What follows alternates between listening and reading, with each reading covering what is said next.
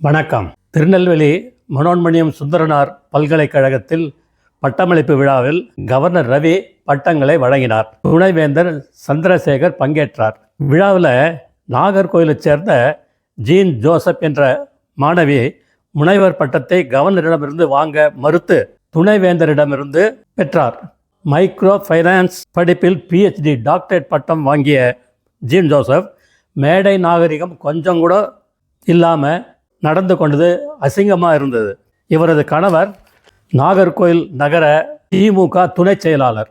Joseph கூறுகையில், தமிழுக்கும் தமிழ்நாட்டிற்கும் governor Ravi ஒன்றும் செய்யவில்லை, எனவே துணைவேந்தரிடமிருந்து பட்டம் பெற்றேன் என்று புது விளக்கம் கொடுத்துருக்காரு.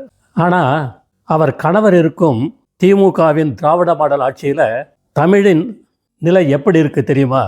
மாணவர்கள் அடிப்படை கல்வி தெரியாதவர்கள் என கண்டறியப்பட்ட 8 லட்சம் மாணவ மாணவியருக்கு திறன் தேர்வு நடத்தப்பட்டது. தமிழ் கணிதம் பாடங்களில் நடத்தப்பட்டது. இதில் 7.79 லட்சம் மாணவ மாணவியர் தேர்ச்சி பெறவில்லை. இதுதான் திராவிட மாடல் ஆட்சியின் தமிழின் நிலைமை. ஆனால் ஒன்றுமா, அடுத்த தேர்தலில் கண்டிப்பாக உங்கள் கணவருக்கு MLA சீட் உறுதி. ஜெய்ஹிந்த்.